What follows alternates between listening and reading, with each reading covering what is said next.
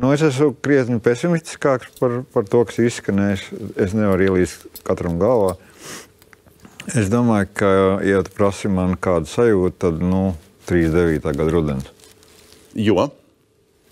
Tāpēc, ka nav jau runa tikai par to, kā Trumps vai Trumpa administrācija izrunājās par Ukrainu, sakot, ka viņi tūlītās vispār zaudēs valsti, kas bija šodien. Bet arī vispār tas darbības stils, kāds ir iekšpolitikā. Un tas liecina, ka tas tava replika, vai tie ir Reigana laika republikāņi, vai tas ir kaut kas jauns, viņi bija pilnīgi pamatoti.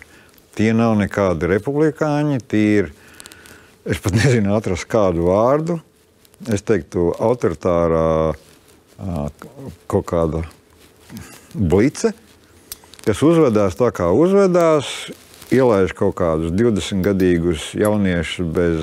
Jūs iedomājaties, ielaist bez kaut kāda precīzi juridiska formulējuma kaut kādus maska čaļus pie ASV kases dokumentiem.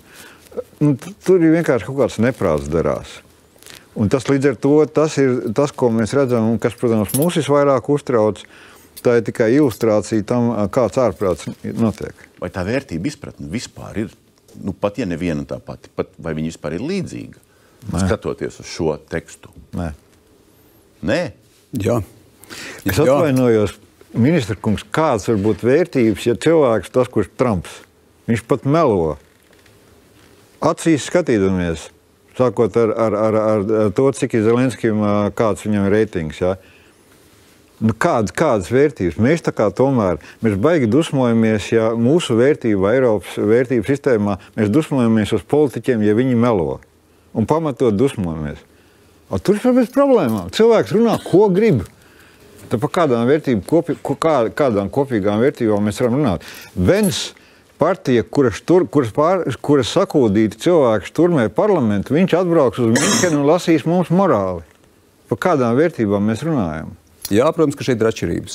Jā, mēs esam 32 valstis NATO ietvaros, demokrātiski ievēlētas, demokrātiski vēlēšana rezultātā ievēlēti valstu vadītāji. Tā skaitā ir Donalds Trumps.